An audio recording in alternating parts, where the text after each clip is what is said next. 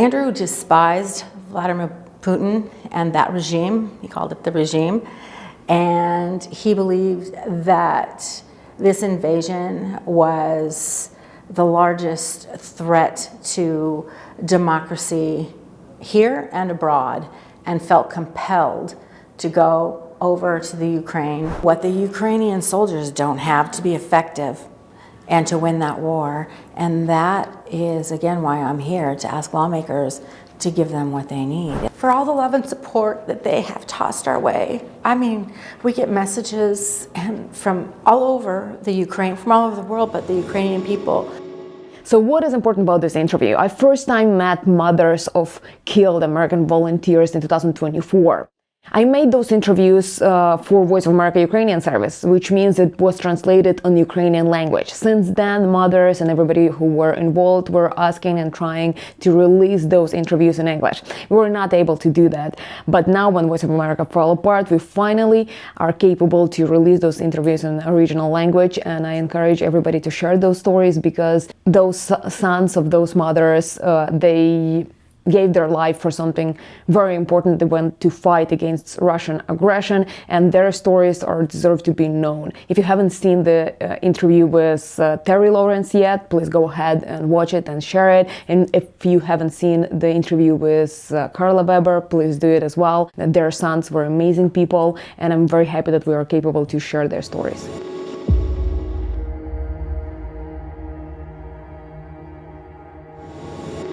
This is Andrew and his darling wife, Elizabeth, and they've been married for 13 years. Yes, and they have Gwenny, who is 9, and Vera, who is 2.5. And so that is them. And he was very handsome. He was a good boy. Yes, he was. He's known for his smile. I would like to start the conversation from story about Andrew himself. Could you tell more about him? Andrew went to the United States Military Academy at West Point, and after that he had 3 deployments. He was an infantry officer, and he was a commander of a sniper and recon unit in Afghanistan. He was also embedded in the Afghan army, and he spoke multiple languages. After he got out of the army, he obtained a law degree from Northwestern Pritzker School of Law, a Juris Doctorate, and began a career, and moved his family to Seattle near us, and began a career as an international corporate lawyer.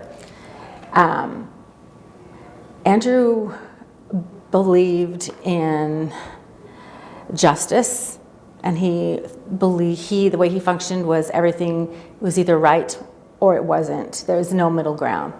And he often used his influence and contacts to help make things happen. Andrew despised Vladimir Putin and that regime. He called it the regime. And he believed that this invasion was the largest threat to democracy here and abroad, and felt compelled to go over to the Ukraine. And then he jumped in and actually served as a platoon leader in Chosen Company. Andrew was very proud of all the kids in Chosen, but he was so dismayed over what they did not have to operate efficiently. And that's why I'm in Washington, D.C. today, to ask lawmakers to do something about that. When did he decide to go to Ukraine, and how he decided? Do you remember that moment? He started thinking about it really right after Ukraine was invaded.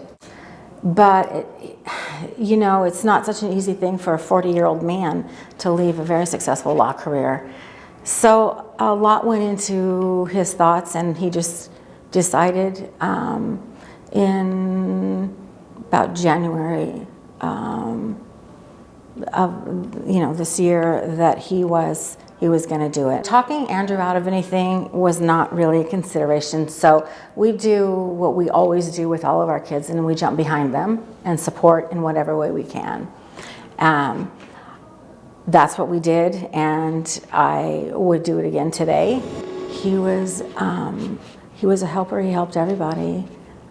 We received, thousands, and I mean thousands of letters, texts, phone calls from people from all over the world, including people that he tried to save and get out of Afghanistan. He formed a nonprofit, and he was co-founder of a nonprofit, and he did all the legal work for Afghan refugees to be able to come to the United States and stay here, and he did it for free, of course. When he came to Ukraine, have he shared with you situation on the battlefield, how he described it?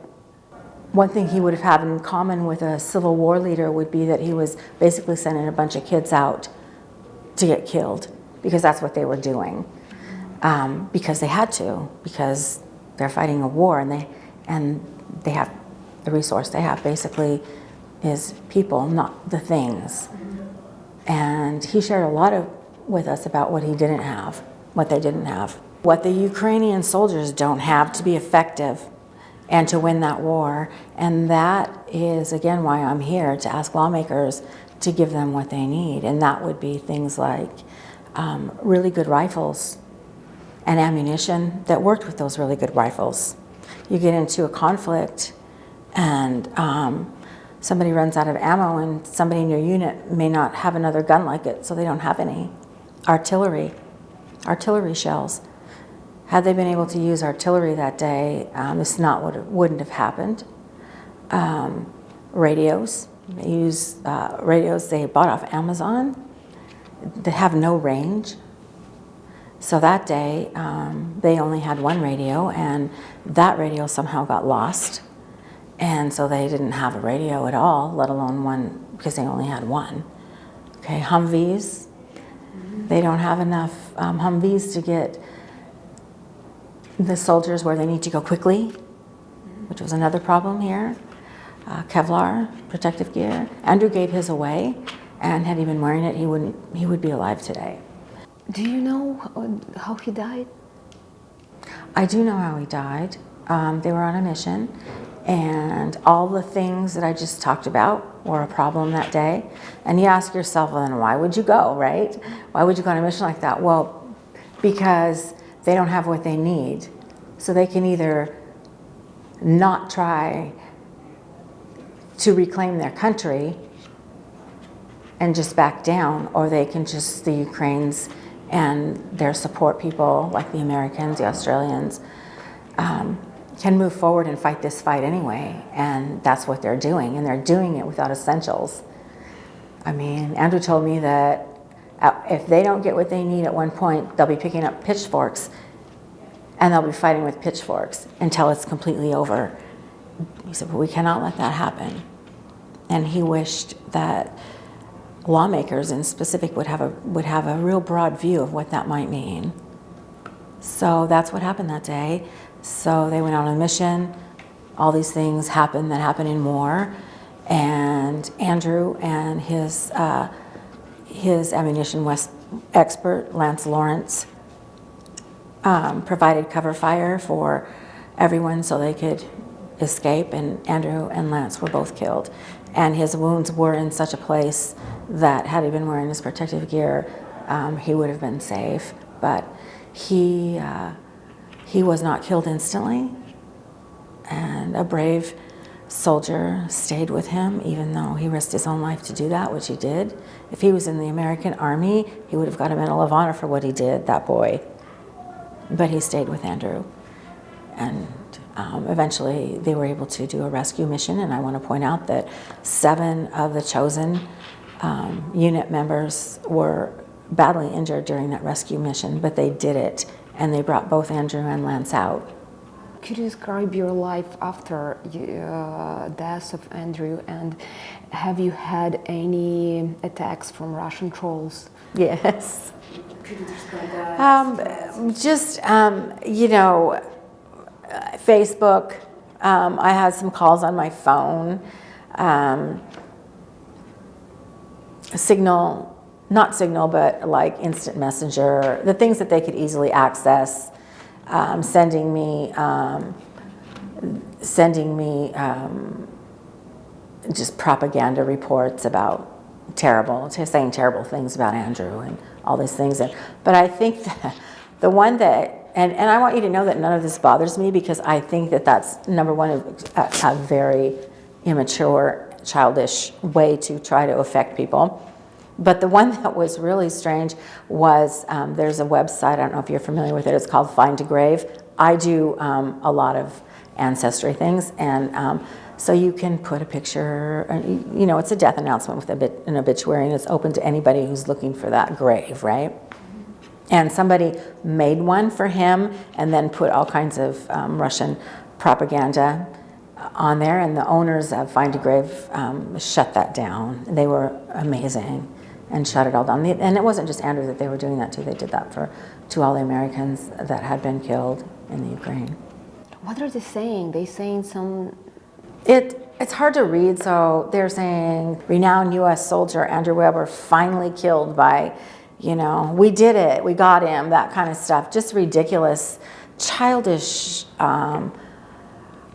tactics that they think hurt us, but they didn't. They made us stronger in our conviction and belief in the Ukrainian people. Why are you here right now in Washington, D.C.? We're meeting with specific lawmakers to tell them the stories of our children and why they went to Ukraine, encourage them to give Ukraine not just continued support, but the support that they really need. And what does that mean on a ground level? If you're over there fighting, what does that mean for our soldiers? And that's my message. So I'm talking about that.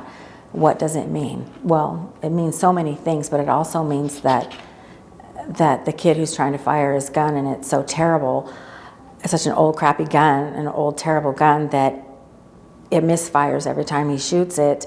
That's a disgrace. And I want us to not let that happen.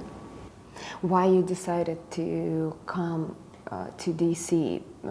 Because if talking about just from the perspective of a regular person, you lost your son, and you might be in a position that you don't want to have anything related to this war, and you may, your reaction could have been different. Yeah. There's something about moms, right? So I'm here as a mom today. There's something about giving your support to that child for all the projects and the causes and the everything that they ever engaged in. And we were kind of partners in a lot of projects. I used to send tons of stuff to Afghanistan for him, for his Afghan soldiers as well. And he was always concerned about the people around him. So I would send things, not usually for him, but for the people that were around him. And now I'm going to continue to do that, because someone has to carry on his work, and it's my job to do that. And I'm glad to do it. And I think he was right. You have a chance to address Ukrainian people and other people who are going to see that. What would you like to tell to them? For my entire family, I would like to thank the Ukrainian people. For all the love and support that they have tossed our way. I mean, we get messages from all over the Ukraine, from all over the world, but the Ukrainian people. The Ukrainian people have been sending my daughter-in-law money. I think they've sent over $60,000, $1 at a time, $1, $2. I know that means different in Ukrainian money, but that's another sacrifice for them. But they want to show their love and support for our family and for Andrew and his purpose.